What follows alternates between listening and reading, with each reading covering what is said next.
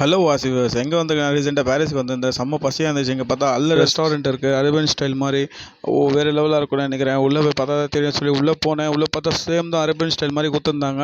அப்புறமா சொல்லி இங்கே என்ன சாப்பிட்லான்னு பார்த்தா மட்டன் மந்தி சொல்லியிருந்தேன். மட்டன் மந்தி, அப்புறம் சூசி மட்டன் சொல்லியிருந்தாங்க. சூசி மட்டன் மந்தி, அப்புறமா துருக்கி ஸ்டைல் மாதிரி கொடுத்துருந்தாங்க.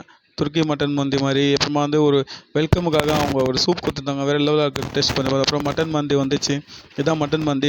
அது சாப்பிட்டு பார்த்தா தெரிஞ்சிச்சு, வேறு லெவல் டேஸ்ட் கொடுத்துருந்தாங்க. அதை சாப்பிட்டு பார்த்தேன். அந்த மட்டன் ஒன்று ஒன்று சூஸியாக இருந்துச்சு, செம்ம டேஸ்ட்டாக இருந்துச்சு. அந்த மட்டன் பிரியாணி, அப்புறமா அந்த 65 ஒன்று கொடுத்துருந்தாங்க, அதுவும் வேறு லெவலு.